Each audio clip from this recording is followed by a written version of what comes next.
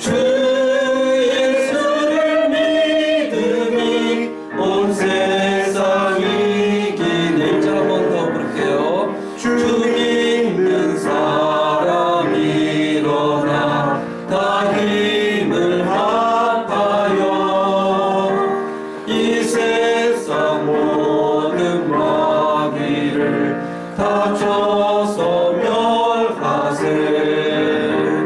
저 앞에 오는 적군을 다 싸워 이겨라. 주 예수 믿는 힘으로 온 세상이 이기네.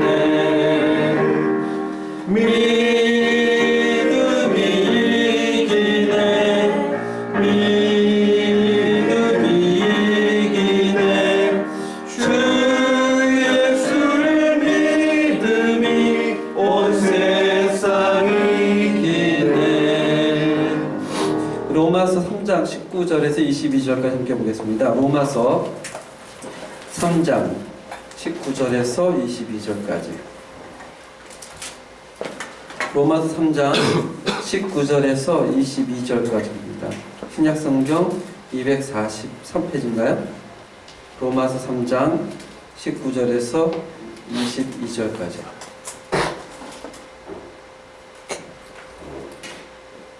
우리 한 절씩 교독할게요. 제가 먼저 읽고 여러분들이 읽고. 제가 먼저 읽겠습니다. 우리가 알거니와 무릇 율법이 말하는 바는 율법 아래에 있는 자들에게 말하는 것이니 이는 모든 입을 막고 온 세상으로 하나님의 심판 아래에 있게 하려 함이라. 그러므로 율법의 행위로 하나님 앞에서 율법으로 죄를 깨닫고 이제는 율법 외에 하나님의 한 의가 나타났으니 율법과 선지자들에게 증거를 받은 것이라. 하나님의 의를 믿음으로 말미암아 믿는 자에게 지금 하나님의 의를 사실이 없습니다. 아멘. 오늘 제목을 은혜가 절실한 존재 이렇게 한번 잡아봤습니다. 제가 4년 전에 한국에 나왔었습니다. 제가 이제 승동교회 파송 선교사거든요. 승동교회 오유배 때 설교를 하는데 제가 아르헨티나에서 현지인들 세미나 할 때 항상 이렇게 PPT를 만들어놔요.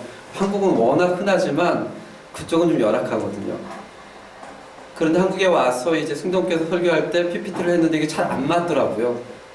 어떤 청년이 저한테 아이폰을 그때 저 스마트폰을 지금도 사용할 줄 잘 모르거든요. 아이폰을 주면서 여기 주파수를 맞춰놨으니까 이게 누르면 된다고. 그 설교로 올라갔는데 갑자기 까맣게 된 거예요. 이렇게 보니까 암호가 돼 있더라고요. 근데 청년이 저한테 암호를 안 알려줬어요. 이제 설교를 하기 전에 얼굴도 좀 빨개지고 머리가 픽 돌더라고요. 그랬더니 그 청년이 이제 눈치가 빨랐는지 올라가서 이제 손으로 이렇게 탁탁 눌러줬습니다.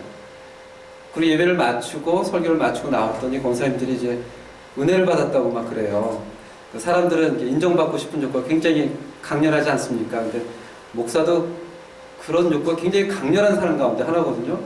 성도님들이 은혜 받았습니다 그러면 사실 거의 대부분이 그냥 빈말이래요. 빈말인데도 그렇게 얘기해도 사실은 본문이 뭔지 제목이 뭔지 다 거의 잘 모른다고 합니다. 그런데 제 마음속에 어떤 부분에서 은혜를 받았을까 너무 궁금해서 물어봤습니다. 그랬더니 그분이 그래요. 설교 내용은 하나도 얘기 안 하고 처음에 목사님이 올라 설교할 때 얼마나 감동이 됐으면 얼굴이 빨개지고 눈물이 나면서 그 장면을 보면서 자기들이 너무너무 감동이 돼가지고 그때 제가 얘기를 못했어요. 이 얘기를 사실대로 하자면 이분이 환상이 깨질 것 같고 또 안 하자니 거짓말 같고 그 얘기를 안 하다가 4년 후에 이번에 설교할 때 얘기 드렸습니다. 사실 그때 제가 감동이 돼서 그런 게 아니고 너무 당황스러워가지고 얼굴이 빨개졌는데 성도님들은 그게 감동이 되고 은혜가 됐대요. 그래서 이게 참 사람의 마음이라는 게 어떻게 설교를 받아들이는 것도 굉장히 중요하구나라는 생각을 했습니다. 지금이 아직 이제 4년 지나니까 제가 그런 얘기를 하죠. 김정일 목사님이 저랑 학교에서 같은 방은 쓴 적이 없었죠? 우리 도서관에 있었어요. 예, 저희는 같은 방을 쓴 적이 없는데 도서관 위에서 잤다가 밑에서 잤다가 이 떠돌이 생활을 많이 했습니다. 김영일 목사님이 언젠가부터는 유튜브에 이렇게 이거 좀 찍는 건가요? 아, 이거 뜨더라고요. 좀 몰랐습니다. 저희 안젤라가 저희 딸이 유튜브를 자주 보다가 그래요. 아빠 친구 목사님이 되게 유명한가 봐. 그래서 왜? 유튜브에 나왔어. 딱 보니까 나갔더라고요. 근데 한국 가서 사인을 받아야겠다고. 자기는 아직 너무 어려가지고 유튜브에 나오면 저도 유명한 사람인 줄 알아요. 그래서 제가 그냥 그래 진짜 유명해. 한국 가서 꼭 사인을 받아야겠대요. 제가 또 물어봤습니다. 나 이번에 설교할 때 이거 찍는 거야? 찍는데 그래서 찍으면 안 되는데. 근데 찍는 것 같아요. 제가 이제 벌써 2015년 1월 4일이죠. 시간이 너무너무 빨리 지납니다. 선교지로 간 지가 벌써 7년, 또 8년째가 되고 제가 선교지에서의 삶은 한국보다 굉장히 더 심플합니다. 너무너무 단순해요. 김동일 목사님 잘 아시겠지만 아침에 눈 뜨면 아이들 학교에 데려다 줍니다. 거기는 부모가 학교를 데려다 주지 않으면 아이들을 받질 않아요. 그 법이 그래요. 아이들 학교 데려다 주면 그리고 이제 사무실로 갑니다. 배들 사무실이라고. 사무실 가서 아침에 성경 보고 뭐 번역하고 뭐 자료 만들고 그러다가 12시 땡 하면 또 집에 와서 밥을 먹어요. 밥 먹고 나면 뭐 잠깐 쉬다가 오후에 사람들을 만나고 한 5시 정도 되면 또 아이들 데려갑니다. 그리고 저녁 되면 집에 와서 밥 먹고 이게 활동 반경이라는 게 너무 심플해요.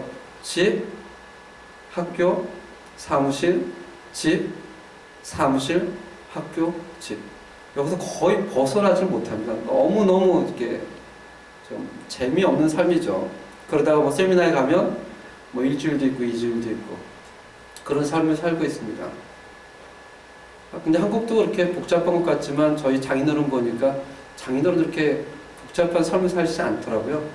아침 일어나시면 새벽 기도에 가시고 직장 갔다가 또 집에 오시고 그러니까 집, 교회, 직장, 집 계속 거기서 이렇게 맴돌던데요. 여기 성도님들도 그렇지 않습니까? 여기 보니까 어떤 분들은 고시원만 계신 분도 계실 것 같은데 그쵸? 한 2분 정도 계시죠?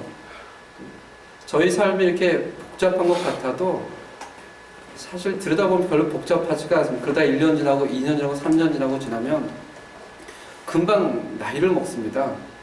제가 어제 참 오래간만에 만났던 아르헨티나에서 같이 함께 한 교회에서 섬겼던 선생님들을 만났습니다. 그분들도 한 4년, 5년 만에 한 번씩 만나요. 만나고 나서 집에 오니까 한 11시에 제가 메시지를 씁니다.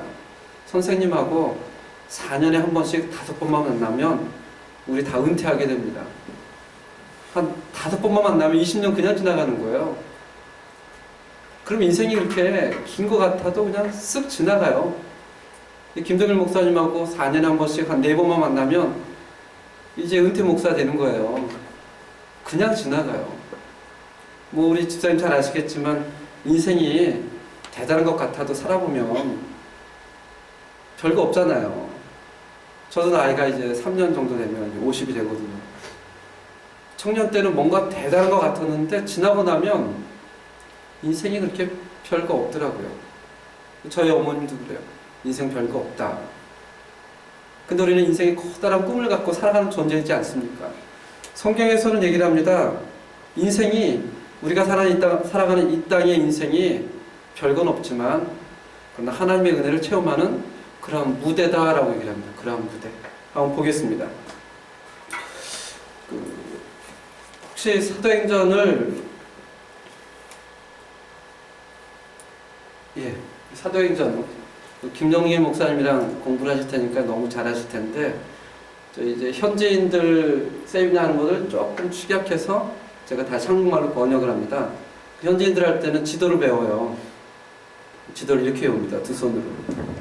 네, 두 손으로 이렇게 한번 들고 좀 한국에서 너무 어린아이 같지만 거기서는 그 재밌게 해요. 저기 보면 갈라디아라는 곳이 있어요. 손으로 이렇게 합니다. 갈라디아. 밑에 아시아라는 곳이 있죠. 아시아. 그 다음에 이쪽에 마게도냐가 있어요. 마게도냐. 그 다음에 또 뭐가 있죠?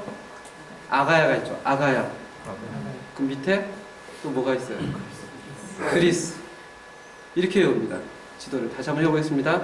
갈라디아, 아시아, 마게도냐, 아가야, 그리스. 이렇게 지도를 외우고 이제 사도행전 공부를 시작하게 됩니다. 사도 바울이 다메섹에서 예수 그리스도를 만나고 선교사의 삶을 시작할 때 여러분들은 사도 바울이 뚜렷한 비전이 있어서 선교를 시작했다고 생각하십니까? 우리들의 환상이 있는 것 같아요. 성경에 아브라함이나 야곱이나 이삭이나 뭐 요셉이나 모세 같은 이런 대단한 존재라고 얘기를 하죠. 그 사람들 하나님을 직접 만나고 음성을 들으니까 뚜렷한 비전이 있어서 갔을 것이다 라고 생각을 합니다. 근데 성경을 자세히 보면 대부분이 잘 모르고 그냥 갑니다. 잘 모르고 가요. 잘 모르고 가다가 조금씩 알게 됩니다.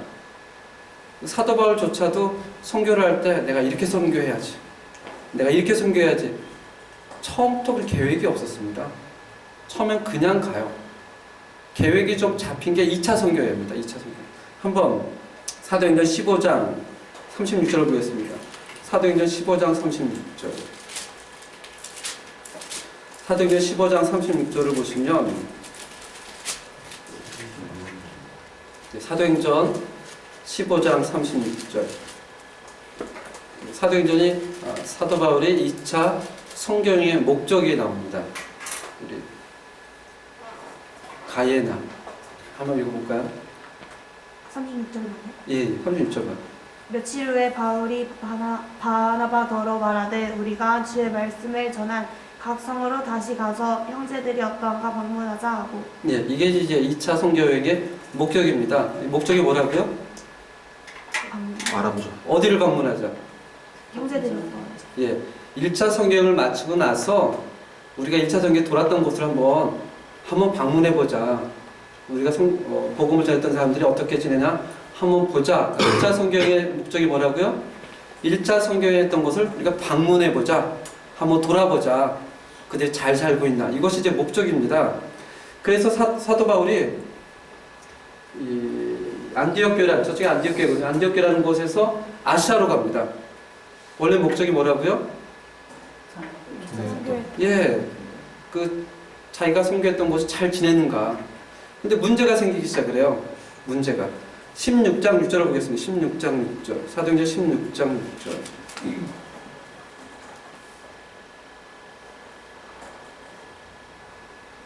함께 읽어볼까요? 시작. 성령이 아시아에서 말씀을 전하지 못하게 하시거늘 그들이 부르게와 갈라디아로 다녀가. 성령이 아무런 설명도 안 해주세요. 왜 가지 말아야 되는지 이유도 없고 또 어디로 가야 되는지 방향도 제시하지 않고 그냥 이렇게 못 가게 합니다. 사도 바울같이 대단한 하나님의 사람도 때로는 그냥 너무 자주 하나님이 아무런 이유 없이 막습니다. 우리의 기도 제목이 그것이 아닙니까? 대체 하나님은 내 인생에 무슨 뜻이 있으십니까? 그래서 사람들이 기도 제목을 가지고 목사님한테 나오잖아요. 목사님 혹시 아시지 않습니까? 그럼 목사님 뭐라고 대답을 해요? 뭐라고 얘기해요? 모르죠. 보통 이렇게 그냥 기도합시다 그러잖아요. 그 말이 사실 나도 잘 몰라 그 뜻이에요. 나도 잘 모르니까 우리 기도해 봅시다. 목사님은 하나님의 뜻을 다 잘 알 것 같지만 목사님도 잘 모르거든요. 그러니까 단 할 말이 없어요. 우리 한번 기도해 봅시다. 사도 바울도 자기는 하나님의 비전을 가지고 계획을 세웠어요. 우리 한번 아시아로 가봅시다. 그런데 하나님이 막으세요. 설명도 없어요. 왜 막는지. 무엇을 하라는 얘기도 없습니다. 여러분이 사도 바울이라면 어떤 생각을 하겠어요? 복음 전하는 게 하나님의 뜻이 아닌가? 이런 생각하지 않겠어요? 그래서 사도 바울이 어디로 가냐면 갈라디아로 갑니다. 그랬더니 또 하나님이 막습니다. 또 막아요. 16장 7절을 보겠습니다. 16장 7절 시작. 무시아 페이로 비두니아로 가고자 했을 때 예수의 영이 허락지 아니하시. 이번엔 누가 막습니까? 또 예수의 영이. 설명이 있어요? 왜 막는지? 설명이 없어요. 그냥 막아요. 그냥 막아요. 분명히 복음을 전하는 건 하나님의 뜻인데 그냥 막습니다. 그 사도 바울이 어디로 갈지 몰라 합니다. 과연 하나님의 뜻이 어딘가. 그러다가 성경에 보니까 드로아라는 곳을 가요. 드로아. 이곳에서 잠을 자다가 마게도냐 비전이라고 여러분 잘 아시죠? 밤에 잠을 자다가 마게도냐에 한 청년이 나타나서 얘기를 합니다. 우리를 어떻게 하라? 도우라. 사도 바울이 이때 하는 거야. 아, 하나님의 비전이, 나는 비전이 아시아와 갈라디아였는데 하나님의 비전은 뭐다? 마게도냐였구나. 이런 상황이 굉장히 우리 삶 가운데 많이 일어납니다. 우리는 기도할 때 나의 비전을 가지고 기도하잖아요. 대부분이 나의 가족이 잘 되고, 교회가 또 부흥도 하고, 학업도 잘 되고, 새해가 바뀔 때마다 계획도 세우고, 그걸 가지고 40일 기도도 하지만 우리의 생각과 하나님의 생각은 다를 때가 너무나 많아요. 너무나 많아서, 그래서 어떤 사람은 자연스럽게 받아들일 수 있지만 대부분은 그게 너무 괴롭습니다. 내 뜻대로 이루어지지 않는 것을 보고 우리는 너무 괴로워요. 그리고 순종하기가 쉽지가 않죠. 근데 사도 바울은 자기의 계획을 내려놓고, 아, 하나님의 뜻이 어디다? 마게도냐라고 나왔구나 라고 그 다음 날로 마게도냐를 갑니다. 마게도냐 가장 큰 도시 빌립보를 갑니다. 뭐 사도행전을 공부하는 건 아니지만 빌립보에 가서 한 여자를 만나죠. 우리가 너무나 잘, 누구죠? 루디아. 지금은 이 여자의 존재가, 여기도 그러겠지만 그 요새는 교회를 가면 남자들은 별로 없어요. 다 여자예요. 다 여자. 다 여자. 집에서도 요새는 누가 큰 소리를 칩니까? 다 여자예요. 다 여자. 이 경제력도 여자가 가지고 있고, 보니까 얘나 목소리가 제일 크던데. 집에서도 남자는 겉모습만 큰 소리 치지 들어가면 아무 주권도 없습니다. 근데 2000년 전 당시에 가면 여자는, 죄송한 얘기지만 사람도 아니었거든요. 감히 이렇게 저를 마주보고 앉아있을 수가 없어요. 저 뒤에 앉아있어야지. 그땐 그랬어요. 하나님이 바울에게 얘기를 합니다. 마게도냐라 가라. 그런 바울 마음속에 꿈이 있었을 거 아니에요. 야, 하나님의 비전이 드디어 이루어지는구나. 갔더니 며칠을 지나도 아무도 안 나타나요. 그리고 만난 사람이 여자였습니다. 루디아. 근데 그 루디아의 마음을 성령이 열어줘서 유럽의 최초의 교회가 세워지는 게, 그게 바로 빌립보 교회입니다. 그러니까 사도 바울이 세운 게 아니고요. 한 여자, 뭐 지금 여자는 굉장히 위상이 높지만 그때는 위상이 너무나 작고 별 볼일 없어서 그 사람을 통해서 하나님의 유럽의 첫 교회를 세웠어요. 그리고 나서 사도 바울이 아가야를 지나 그리스에 있는 고린도로 가게 됩니다. 고린도. 이 고린도에서 굉장히 위대한 만남이 있습니다. 사도행전 18장을 보겠습니다. 사도행전 18장 1절에서 3절까지 보겠습니다.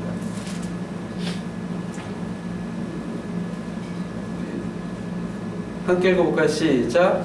그 후에 바울이 아덴을 떠나 고린도에 이르러 아굴라라는 본군도에서 난 유대인 한 사람을 만나니, 클라우디오가 모든 유대인을 명하여 로마에서 떠나라 한 거로 그가 그 안에 브리스길라와 함께 이달랴로부터 새로운지라. 바울이 그들에게 가매 생업이 같으므로 함께 살며 일을 같이 하니 생업은 천막을 만드는 것이다. 여기서 바울이 누구를 만난다고 성경을 얘기해요? 브리스길라와 아굴라. 이 사람이 어디서 온 사람입니까? 왜 로마에서 왔어요? 예, 누구에게 쫓겨났습니까? 글라우디아. 한국말로는 글라우디아지만 원래 클라우디아 황제라는 사람이 유대인들에 대한 핍박이 시작이 된 거예요. 유대인들의 핍박. 그래서 유대인들이 도망을 온 겁니다. 도망을 와서 누굴 만나요? 바울을 만납니다. 바울을 만나서 로마에 대해서 얘기를 해주는 거예요. 마침 바울하고 이 브리스길라 아굴라는 일이 같았습니다. 천막을 만드는 사람이었어요. 한 3개월 반, 1년 반을 있으면서 이 사람들과 같이 천막도 만들고 이야기를 나눕니다. 그리고 소식을 들어요. 로마에 뭐가 있다? 로마에 교회가 있다는 소식을 들어요. 이게 바울에게는 굉장히 놀라운 소식이었습니다. 바울은 선교를 갈 때 하나님의 말씀이 선포되지 않았다라고 생각을 했어요. 빌보를 가니까 아무도 하나님을 몰라요. 그래서 유럽의 첫 교회가 세워졌는데 브리실라 길라와 아글라를 통해서 로마에 뭐가 있다? 교회가 있다. 바울에게 놀라운 소식이었어요. 저도 한국에 와서 신학 공부하면서 살았는데 한국에 처음에 복음이 들어와서 교회가 세워집니다. 근데 일반적으로는 이래요. 선교사가 들어가서 복음을 전하고 선교사의 손을 통해서 교회가 세워져요. 근데 한국 선교의 역사를 보면 선교사가 교회를 안 세웠습니다. 언더우드 선교사 아시죠? 언더우드 선교사가 들어오기 전에 한국에 이미 교회가 세워져 있었어요. 언더우드가 첫 파송 선교사거든요. 한국에. 그 사람이 놀랍니다. 아니 한국이란 나라에 내가 첫 선교사인데 아무도 복음을 안 가져왔는데 어떻게 한국에 교회가 세워졌을까? 알고 보니까 중국에서 성경 공부하던 사람이 거기서 선교가 잘 안 돼서 어떻게 한국에 흘러 들어와서 선교사가 들어오기 전에 교회를 세운 거예요.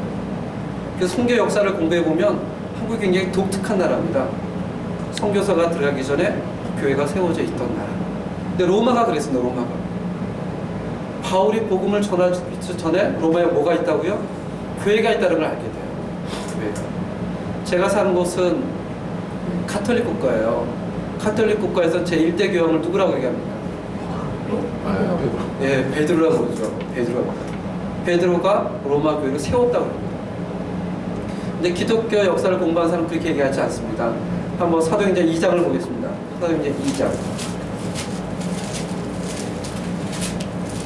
사도행전 2장 10절을 보겠습니다.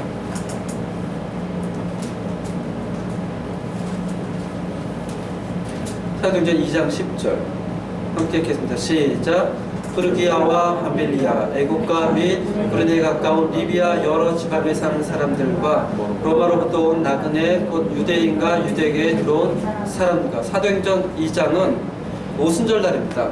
오순절이 날이 되면 유대인들뿐만이 아니라 유대교에 속해 있는 이방인들도 예루살렘에 와서 이렇게 잔치를 벌이는 날이에요. 근데 그때 이제 우리가 너무나 잘 아는 이제 성령이 오시죠. 그때 로마에서도 어떤 사람들이 왔다는 거예요. 누군지 모르지만 그 역사를 맛보고 그 사람들이 가서 교회를 세웠다고 해요. 로마 교회는 목사가 세운 게 아니고요, 선교사가 세운 것이 아니라 일반 사람이 세운 교회예요. 일반 사람들이 은혜를 받은 사람들, 자기들의 손으로. 이때부터 바울이 어디를 가야겠다는 소망이 생기기 시작합니까? 왜 바울 마음속에 로마를 가야 됐을까? 라고 생각해요. 왜 로마를 가고 싶었을까? 가야나.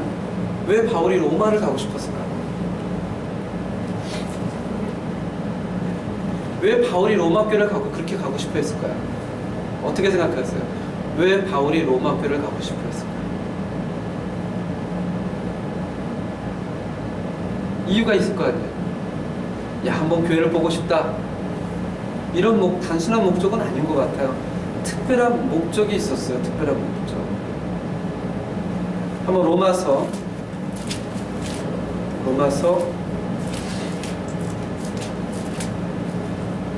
15장을 보겠습니다. 로마서 15장. 로마서 15장 22절을 보겠습니다. 로마서 15장 22절을 보면 바울이 로마 교회에게 편지를 쓰면서 이렇게 쓰는 거예요. 그러므로 또한 내가 너희에게, 그러니까 로마 교회죠, 너희에게 가리하던 것이 여러 번 막혔더니 23절 이제는 이 지방에 일할 것이 없고 또 여러 해 전부터 언제든지 어디로 갈 때 서버나가 오늘날 스페인이죠. 너희에게 가기를 바라고 있었으니까.